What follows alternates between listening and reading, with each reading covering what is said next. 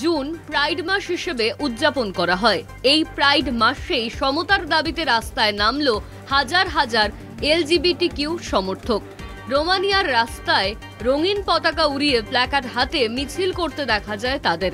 2023 সালে ইউরোপীয় আদালত এ প্রসঙ্গে একটি রায় দেয়, যেখানে বলা হয় ইউরোপ কাউন্সিলের সদস্য রাষ্ট্রগুলি সমকামী দম্পতিদের আইনি স্বীকৃতি এবং সুরক্ষা প্রদান করবেন। সমকামী দম্পতিদের পর্যাপ্ত স্বীকৃতি এবং সুরক্ষা দেওয়া হচ্ছে কিনা নিশ্চিত করতে হবে এই রাজ্যগুলিকে। আদালতের এই রায় উপেক্ষা করে রোমানিয়া। সমকামী দম্পতিদের সম্পর্ককে স্বীকৃতি দিতে অস্বীকার করা হয়। 2001 সালে সমকামিতাকে অপরাধের তালিকা থেকে বাদ দিলেও এখনও রোমানিয়াতে সমকামী দম্পতিদের জন্য বিবাহ এবং নাগরিক অংশীদারিত্ব নিষিদ্ধ।